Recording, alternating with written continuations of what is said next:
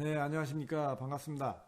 네, 이제 당독소에 대해서 계속 제가 이제 시리즈로 이제 자료를 좀 올리려고 합니다. 이 당독소가 너무 중요한데 우리가 좀 이거를 좀 알아야지 나이 들어서 내 건강을 지키는데 무지무지하게 중요하다.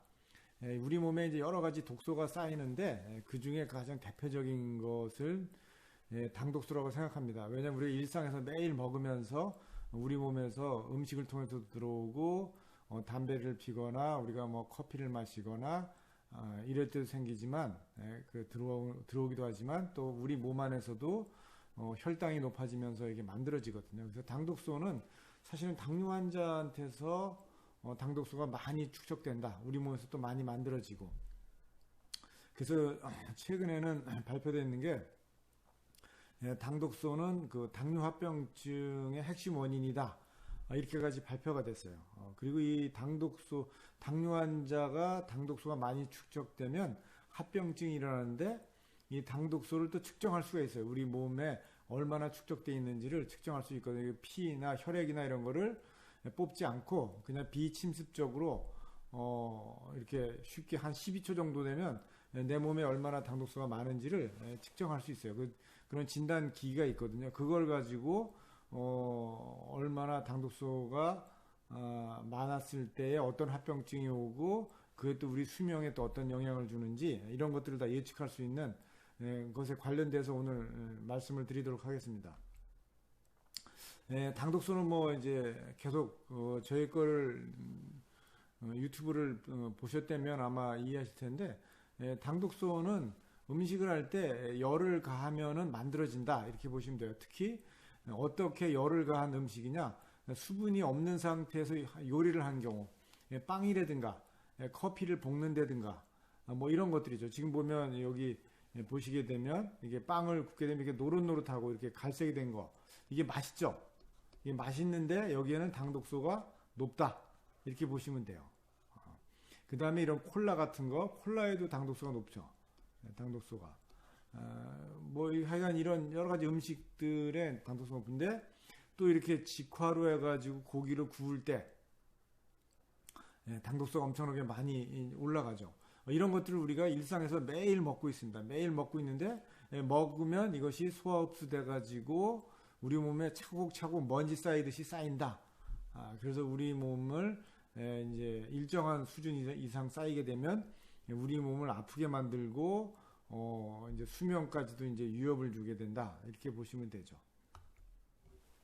그래서 이 그림이 이제 잘 나와 있는데 이 그림을 보시면 나이입니다. 이 밑에가 나이거든요. 나이가 들어가면 들어갈수록 나이가 이렇게 이쪽으로 들어가면 들어갈수록 그냥 질환이 안 생겨도 우리가 나이가 들어가면 들어갈수록 우리 몸에 이렇게 쌓여요. 계속 쌓이거든요. 이렇게 쌓이는 게 하나가 있고 근데 당뇨가 걸린다.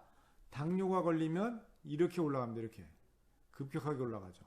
그래서 노화를 빨리 촉진하고 수명을 단축시키죠. 이런 역할을 합니다. 그래서 당독소는 특히 당뇨라든가 뭐 자가면역 질환이라든가 어떤 염증성 질환이 있거나 노화가 일어나게 되면 우리 몸에 이렇게 엄청나게 쌓여가지고 여러 가지 합병증을 유발한다. 이렇게 보시면 됩니다. 그래서 이런 대표적인 질환, 이외에도 수많은 질환들이 있는데 뭐 황반변성이라든가 피부가 이렇게 노화되고 탄력이 없고 쭈글쭈글해지고 주름이 깊어지는 거가 당독소하고 아주 밀접하게 연관돼 있다. 이런 비만 뭐 당연히 당독소하고 연관돼 있고요. 이런 뇌질환 같은 거, 그 다음에 신부전, 신장질환. 신장질환이 우리 몸에 있는 질환 중에서 당독소를 가장 높이는 질환이 누구냐? 신장질환이에요. 특히 신장 투석을 하게 되면 뒤에 이제 보시게 되면 이제 진단 장비가 있거든요. 이 측정 장비 한계치 이상으로 올라가요. 그래서 엄청나게 쌓이게 되고 그래서 사망률을 되게 높인다. 이렇게 보시면 되죠. 그래서 이런 당뇨 합병증 같은 거에 아주 대표적인 핵심 인자다. 당독소가. 그래서 오늘은 이제 당뇨 합병증을 위주로 해서 이제 설명을 좀 얘기를 좀 하려고 합니다. 그런 당독소가 당뇨하고 당뇨 합병증에 엄청나게 중요한 역할을 한다. 근데 이게 2018년도에 독일에 있는 연구 그룹에서 독일에 있는 연구 그룹이 연구를 해가지고 셀 메타볼리즘이라고 하는 이 아주 유명한 탑 저널이죠. 유명한 저널에 발표를 했어요. 근데 깜짝 놀랐죠. 우리가 그러니까 당뇨합병증을 일으키는 원인이 당뇨병 원인 결과 이론이 뒤바뀔 수 있다. 이렇게 이제 발표를 한 거예요. 그 주요 내용이 뭐냐면 메칠글라육살이라고 하는 당독소가 우리 몸에 증가하게 되면 당뇨 증상을 일으킨다. 당뇨를 일으키고 인슐린 저항성 고혈당이 원인 아닌 결과일 가능성이 보여준다. 인슐린 저항성이나 고혈당 이런 것들도 다 원인이 뭐에서부터 온다? 당독소가 원인일 가능성이 되게 높다. 이런 얘기를 이제 실제한 건데 이 그룹이 왜 이런 연구를 했느냐?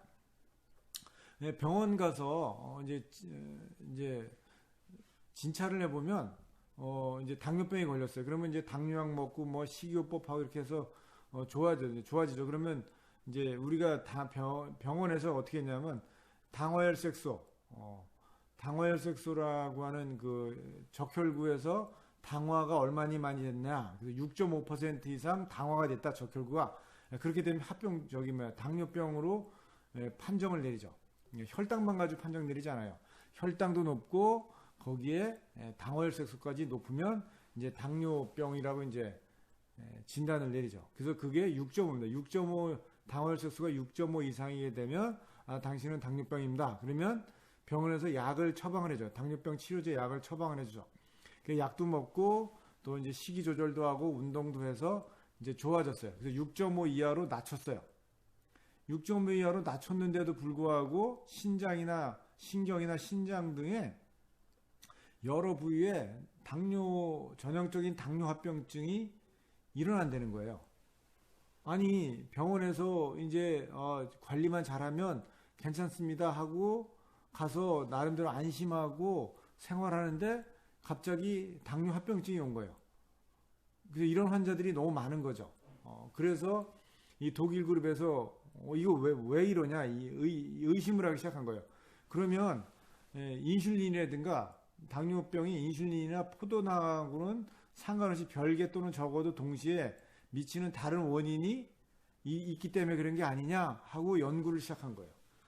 그래서 우리가 알고 있는 혈당, 인슐린, 당화혈색소 이외에 당뇨나 당뇨합병증을 예측하거나 진단하는 또 다른 인자가 필요하지 않을까 해서 연구를 했는데 봤더니 연구팀이 기존의 이런 이론에 의문을 품고 주에다가 메칠글라육살이라고 하는 당독소 원인 물질, 이거 우리 몸에서 많이 만들어져요. 이 원인 물질을 주에다가 먹이자 인슐린 저항성, 고혈당, 지방, 비만, 당뇨병의 전형적인 증상들이 다 발생하더라. 이렇게 된 거죠. 그래서 당뇨의 원인과 합병증의 원인이 우리가 생각했던 거하고 다를 수도 있겠다라고 하는 그 가능성을 제시를 한 거죠. 그래서 이런 그 당독소 원인 물질, 우리 몸 안에서 만들어지는 당독소, 이 메칠글라육살이 어디에 많냐? 마누카꿀에 많아요. 마누카꿀에 엄청 많습니다. 우리가 먹는 음식 중에서 가장 많이 들어있는 게 메칠글라육살이라는 당독소 원인 물질이 어디에 많냐? 마누카꿀에 많아요. 그래서 이런 것들을 만약에 당뇨가 있으신 분들이 마누카꿀 같은 거를 드신다. 그러면 오히려 당뇨를 더 악화시킬 가능성이 있죠. 그러니까 기저질환이 있는 분들이 이런 꿀 같은 거를 드시게 되면 훨씬 더 기저질환을 악화시킬 수 있는 원인이 될 가능성이 높다. 이렇게 보셔도 됩니다.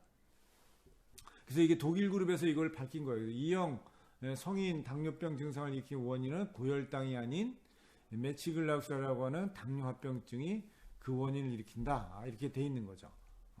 그래서 이거를 이제 우리가 그러면 내가 당뇨가 걸렸지만 내가 당뇨합병증이 오는지 안 오는지를 알 수가 없어요.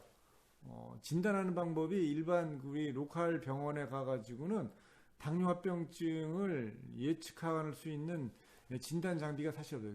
우리가 이제 당화혈색소를 가지고 나름대로 판단하지만 이거 가지고 실제 합병증 여부를 정확하게 진단이 안 되거든요. 근데 요런 당독소 이 측정 장비입니다.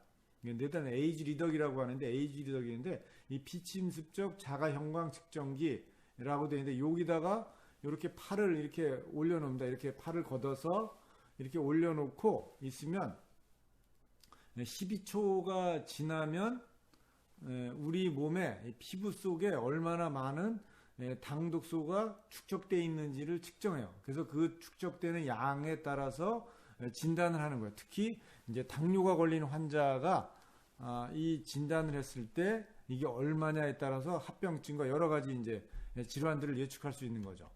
이 원리는 뭐냐면 당독소 중에서 특정한 당독소가 이런 그 벤젠링이라고 하는데 이미다졸 링을 가지고 있는데 이미다졸 환을 가지고 있는데 이미다졸 환은 어떤 특징이 있느냐?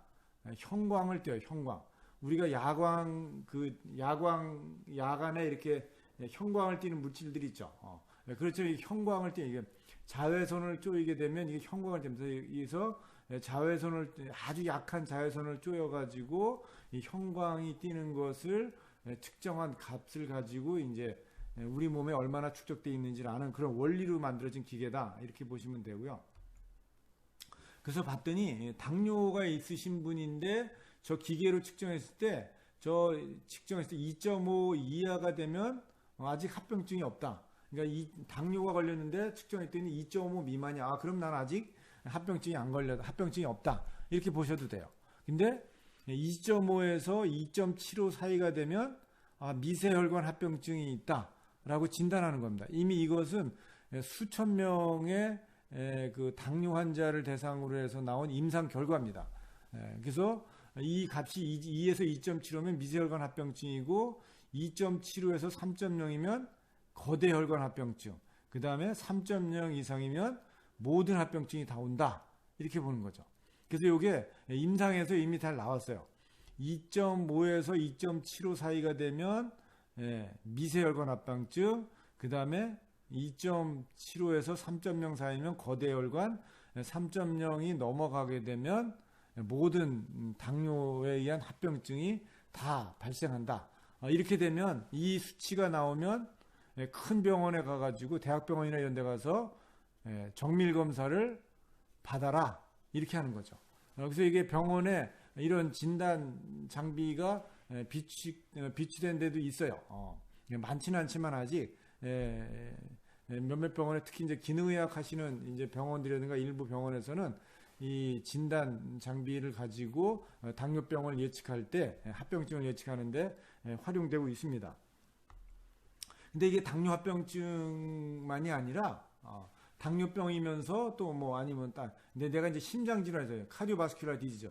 심혈관계 질환인데 이 심혈관계 협심증이든 뭐 이런 심혈관계 질환이 있거나 이런 사람들은 언제 심장 질환이 발작할지 모르죠.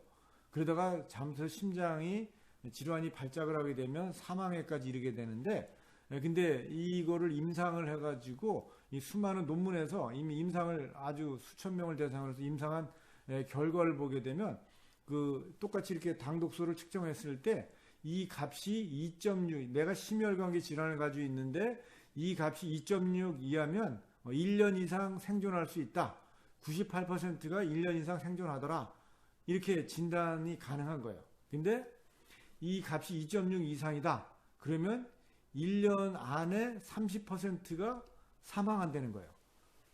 생존율이 70%밖에 안 되더라는 거죠. 그러니까 이게 당뇨합병증보다 훨씬 더 무섭죠. 심혈관계 질환이 있는데 당독소가 2.6 이상이면 1년 안에 10명 중에서 3명이 사망한다. 이 얘기를 하는 겁니다.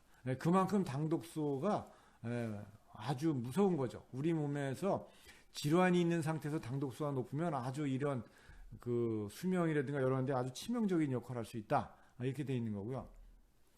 그 다음에 동맥경 환자. 동맥경 환자도 대상으로도 임상을 해봤는데 동맥경화는 측정값이 2.9 이하가 되면 5년 내 생존율이 98%예요. 근데 측정값이 2.9 이상이면 5년 내 생존율이 70%밖에 안 돼요. 그러니까 5년 내에 30%가 사망한다는 거죠. 그래서 이 당독소가 이렇게 높게 되면 당독소가 이렇게 높게 되면 그러면 이제 이런 그 심혈관성 질환들이 있게 되면 사망률이 급격하게 올라간다. 그래서 우리가 이렇게 이런 기저질환이 있는 상태에서 당독소가 높게 되면 이거를 빨리 해독하고 없애는 이런 이제 활동들과 식이요법과 이런 것들을 해야 되겠죠. 이런 것들을 하지 않으면 지금처럼 이렇게 사망률이, 그래서 일본에서는 이런 그 환자들을 실제 병원에서 측정을 하면서 어떻게 하냐면 계속 케어를 해요.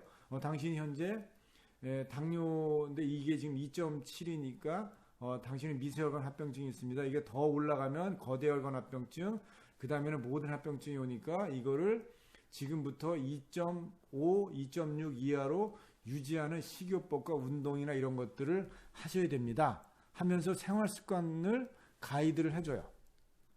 근데 아직 우리나라는 이런 것들이 없죠. 그래서 사실은 의사 선생님들 잘 모르고 일반인 분들은 더 모를 수밖에 없죠. 이제 그런 측면에서 우리가 이런 것들을 좀 상식적으로도 좀 알고 있으면, 그리고 병원 가서도 혹시 이런 당독소를 측정할 수 있냐고 여쭤보고 하는 것도 확인하면 좋지 않을까, 이런 생각이 듭니다. 그래서 이 당독소가 정말 우리의 그 삶의 질을 엄청나게 낮추고 다양한 그런 질환에 아주 핵심적인 역할을 하기 때문에 제가 이걸 하나씩 여러분들하고 지식을 공유하도록 하겠습니다. 오늘은 여기까지 하겠습니다. 감사합니다.